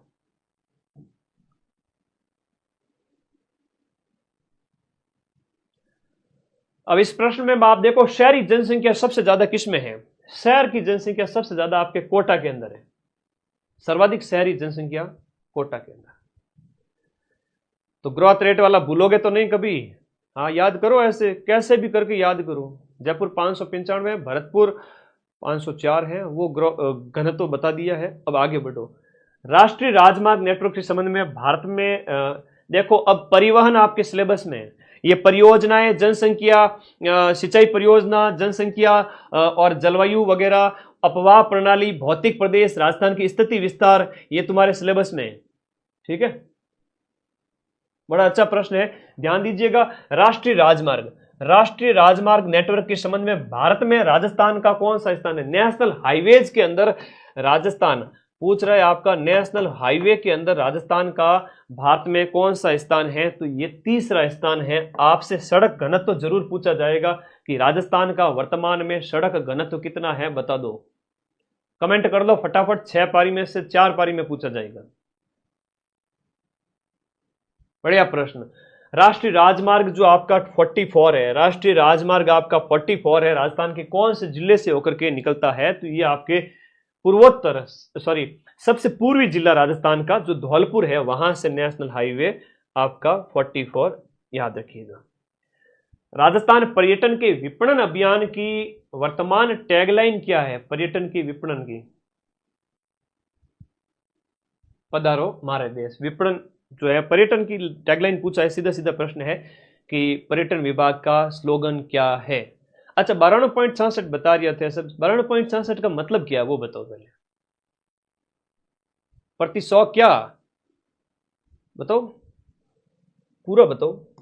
पधारो मारे देश है वो पर्यटन का वर्तमान में लोगो है, स्लोगन है, ये एग्जाम में पूछा जाएगा। ठीक है, स्लोगन है। पर्यटन और परिवहन सिलेबस में है। 92.66 किलोमीटर सड़कें प्रति 100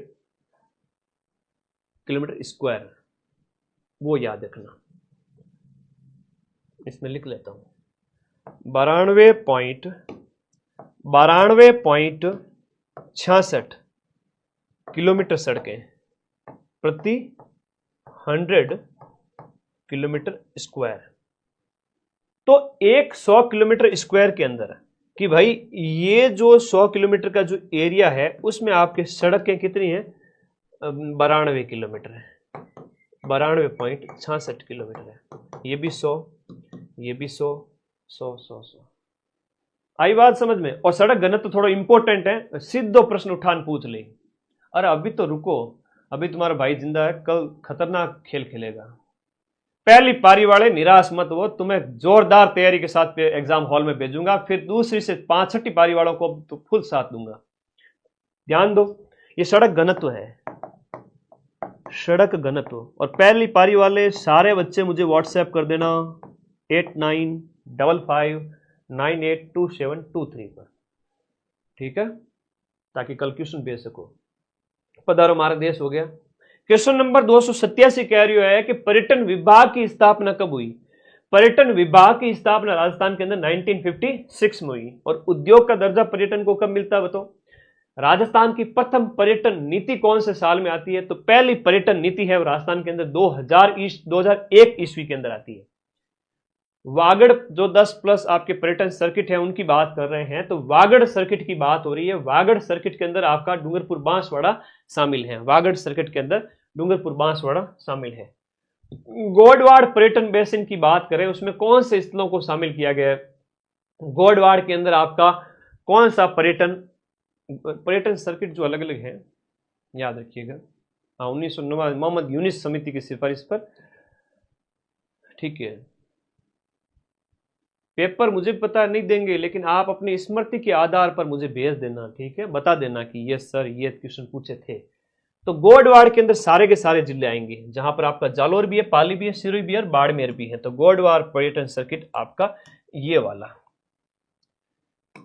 तो ये एक्सपोर्ट कर देता हूं, इसका नाम PDF 1 रख लेता हूं, ठीक है, नहीं तो फिर मिलेगी नहीं। अब इसके बाद मैं लगाऊंगा, अभी ये थोड़ा 300 प्रश्न सेव हो जाए, फिर 300 और लगाऊंगा, फिर 300 और लगाऊंगा, फिर 300 और लगाऊंगा।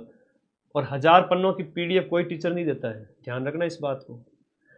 लो जी, 300 प्रश्न कंप्लीट होते हैं आपके हिस्ट्री, कल्चर, ज्योग्राफी के, ठीक है। अब हम सीधा आगे चलेंगे राजस्थान और इंडिया पॉलिटी पे। क्लास बाद में देख सकते हैं क्या, कोई भरोसा नहीं बेटा आशीष, कोई भरोसा नहीं है क्लास का। बाद में कब क्लास डिलीट हो जावे, कब चली जावे, क्या बाउंडेशन लग जाए, कुछ कह नहीं सकते, कुछ कह ही नहीं सकते। इसलिए देख लो और सुखी हो जाओ। बस सेव हुआ तब तक मां सरस्वती का आशीर्वाद आप सभी बच्चों के साथ में है, और आप सभी लोग बस पढ़ते रहें, मस्त रहें। अब इसके जस्ट बाद में इनको मैं डिलीट करके इनकी जगह लगाऊंगा पॉलिटी के प्रश्न। आ जाओ, टेलीग्राम ज्वाइन कर लो पहले। 2 लाख 6 लाख 91,000 भी हो गया, वाह भाई वाह। 7 लाख भी कर दो, आज कर दो, ठीक है। ये रहा टेलीग्राम का लिंक, ब्लैक कलर की पट्टी दिख रही है, इस ब्लैक कलर की पट्टी में ब्लू कलर का लिंक है, उसके ऊपर दबाओ, क्लिक करो। इस पर जैसे ही आप लोग क्लिक करोगे सीधा टेलीग्राम में पटक दिए जाओगे। ये देखो, ये देखो, ये देखो, ये देखो, आगे के नीचे ज्वाइन वाला बटन है वो दबा दो। अब देखो नीचे मनी ऐड भी आती है, कई बार हमें दिखती नहीं है कि पैसे इन्वेस्ट करो, ये पैसा कमाओ। बच्चे कई बार कहते हैं सर आपके कहने की वजह से हमने पैसे इन्वेस्ट कर दिए। बेटा मैंने कब कहा बेटा कि सर आपकी ऐड आती है टेलीग्राम में। मैंने कहा पूरी कोचिंग इंडस्ट्री में सबकी आती है। ये एक PDF सेव होने में इतना टाइम ले रही है, तो सोचो 1000 पेज हुए तो ये सेव कर ही नहीं पाएगा बोर्ड। इसलिए तुम्हारे भले के लिए शेव कर रहा हूँ, 5 मिनट तुमसे बात भी कर लूँ, एक सब्जेक्ट कंप्लीट होता है 40 क्वेश्चंस का। तो गोड़ो घूमना बंद हो जाए, दूसरी पीडीएफ लागे बिनो पहले को नहीं लागे। अब मैं पॉलिटी पढ़ाऊंगा। पॉलिटी में पेपर लेके आ जा, पेपर नहीं लेना ना, शेरनी का दूध थोड़ी मंगाया है शिवाजी की तरह कि गुरु जी थार वास्ते पेपर लेके आ जाऊंगा। तेरे को तो पकड़ेंगे ही पकड़ेंगे, पीछे मेरे को भी पकड़ेंगे कि तुम्हारे सर कौन है बताना।